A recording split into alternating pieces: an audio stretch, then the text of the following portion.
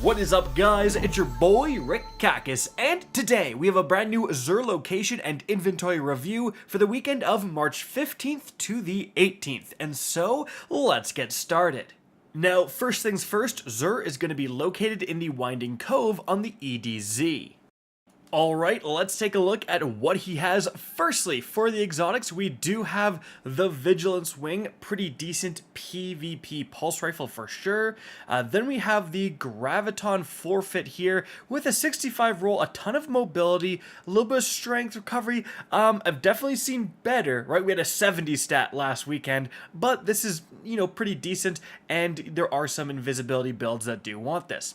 Then we have the Ursa Furiosus here, 65, but really not spiky at all, and too much mobility. Yeah, no thank you.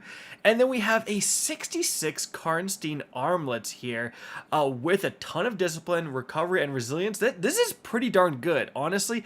Maybe you'd want a bit more strength. However, these got buffed recently, I believe, where finishers will now provide that health recovery as well, so could be a good pickup. Now, moving on from there to the weapons. So we have the Wyon 7 with Zen Moment Outlaw. Not really super interested by that. Autoloading Vorpal, Peace of Mind. Could be an okay, anti-champion weapon if you have, anti-champion pulse rifle rounds. Certainly, this is one of the best origin traits in the game. And remember, you can technically buy this and then use a Deep Sight Harmonizer to extract the pattern if you're, one away, because this is a craftable weapon. Keep in mind, you can also save Deep Sight Harmonizers because you can access the previous season in Bungie.net for, next season's raid weapons and stuff. So is the peace of mind worth that? I don't know. Anyways, we have these spare rations here with moving target and kinetic tremors. Kinetic tremors is a pretty interesting one. Moving target, not a fan of, on a PvE roll like that. Autoloading trench barrel, 7 Seraph, no thank you. Firmly planted kill clip contingency plan.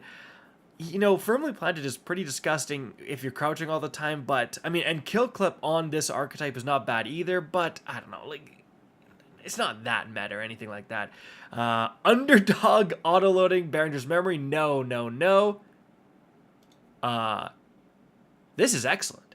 I mentioned the origin trait a little bit, but let's go over here because this is actually a good roll. Final blows will grant increased resilience, so PvE damage resistance, and additional damage resistance. So you can actually, they stack together. So you actually get a significant amount of damage resistance from Land Tank in PvE. Then you've got Subsistence to get your ammo back. You've got an extended mag perk, which goes perfectly with Subsistence. And you've got Frenzy to increase the damage.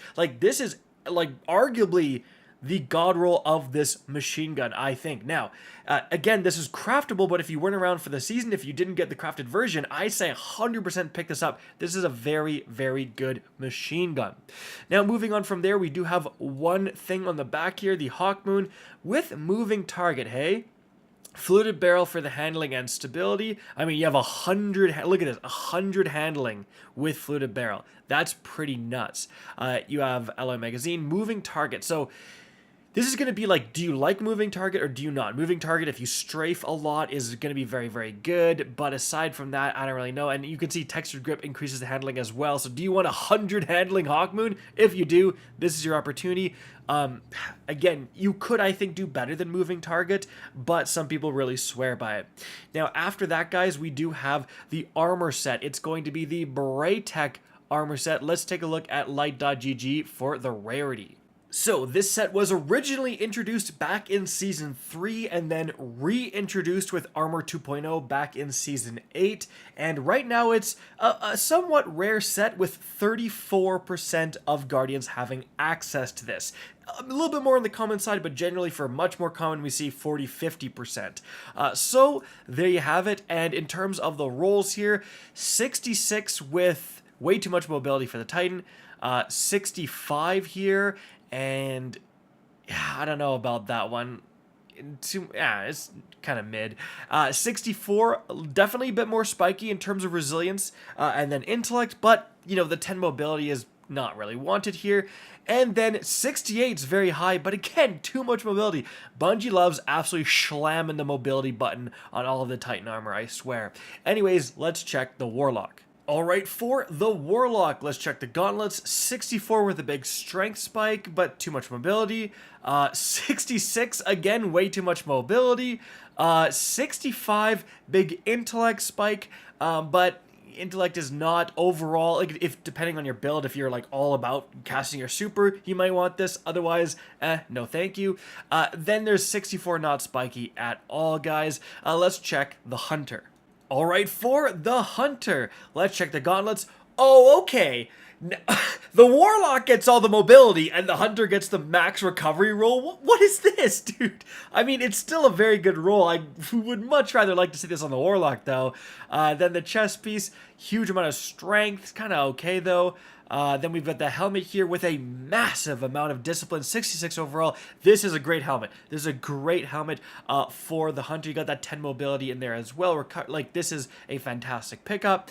And then for the boots, huge amount of strength if you are making some sort of melee build. This is a great pickup as well. So some good armor for the Hunter. And then, yeah, I looked it up, by the way. This is like the literal god roll here. Subsistence is phenomenal. If you have subsistence, you want that magazine extension. And then Frenzy is god tier. The argument is for one for all instead of Frenzy, but Frenzy is arguably easier to trigger and also gives you those other bonuses. Like, it's right up there. Guys, if you don't have a good recurrent impact, pick this bad boy up. Like, it's gonna be schlapping. That's it for the video. Hope you enjoyed and found this informative. If you did, please remember to help me out by simply rating and especially sharing this video. If you guys want to see more Destiny 2 content similar to this, don't be afraid to slap that subscribe button. If you want to get in touch with me and keep up to date with the latest channel activity, the best way is to follow me on Twitter at RickCacus. That is linked in the description down below. Again, I hope you enjoyed the video, and as always, have a good day.